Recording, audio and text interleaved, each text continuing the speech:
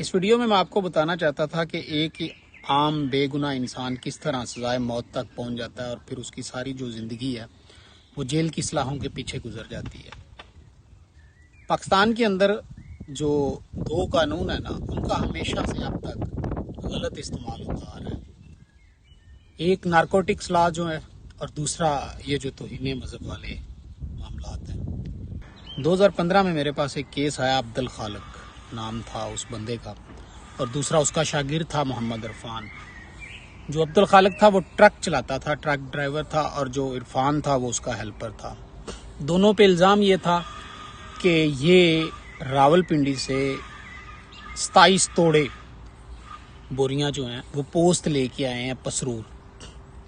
तो basically story ये थी, जो अब्दुल खालिक था ये ट्रक ड्राइवर था, ट्रक चलाता था।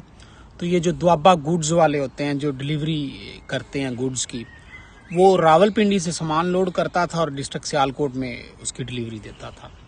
तो रूटीन के मुताबिक रावलपिंडी से उसने सामान लोड किया और पसरूर एक पंसारी के पास जो है ना वो ला के उतार दिया।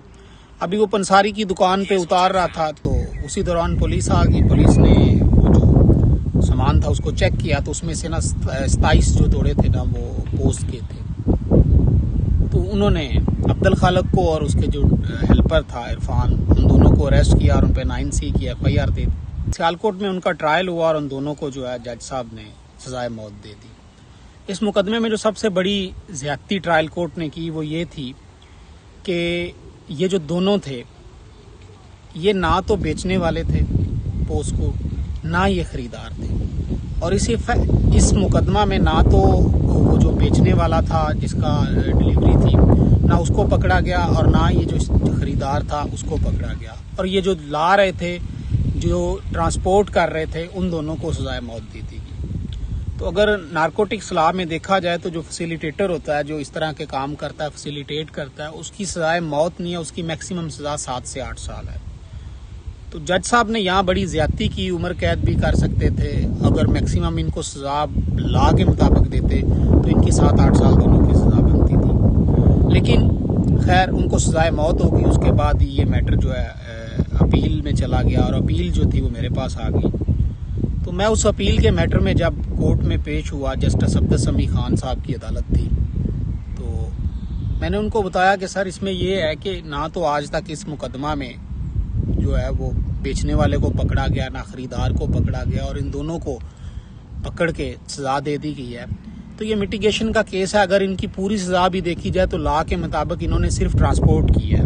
नारकोटिक्स लॉ को देखा जाए तो इनकी 7 से 8 साल सजा बनती है। तो ये ऑलरेडी 10-15 साल हो गए इनको जेल में। तो इनके साथ ये बड़ी ज्यादती है। तो मुझे बड़ी हैरानगी हुई कि जज साहब ने बड़े र्यूड अंदाज में ये फाइल इस तरह फेंकी रोस्ट्रम पे और मुझे कहा कि डिसमिस।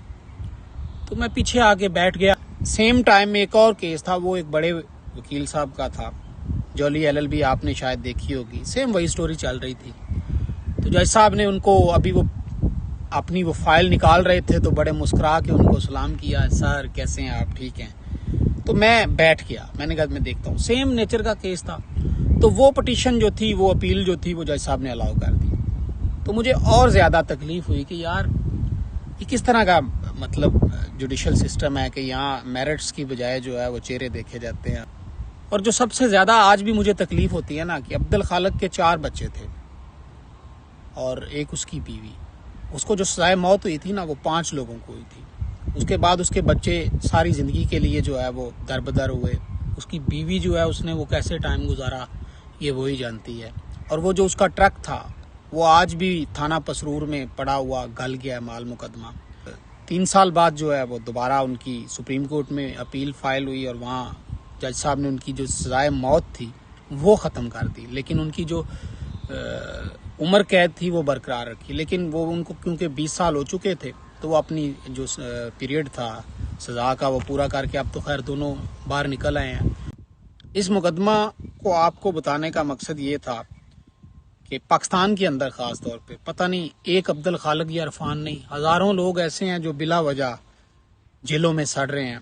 और उनके जो केस हैं, जो हमारा निज़ाम कानून है कि जो आप हाई कोर्ट में अपील फाइल करते हैं ना, वो आपकी 5 से 7 साल बाद निकलती है। और फिर वो जब निकलती है, अगर तो आपके पीछे कोई पैरवी करने वाला हो तो उसकी सुनवाई होती है, अदरवाइज वो फिर चलती रहती है डेट पे डेट। वो आपने वो कई फिल्मों में भी सुना होगा वो तारीख पे तारीख, तो वो उसमें चलता रहता है और 4-4 5-5 साल उसको फिर उसका फैसला होने में लग जाते हैं।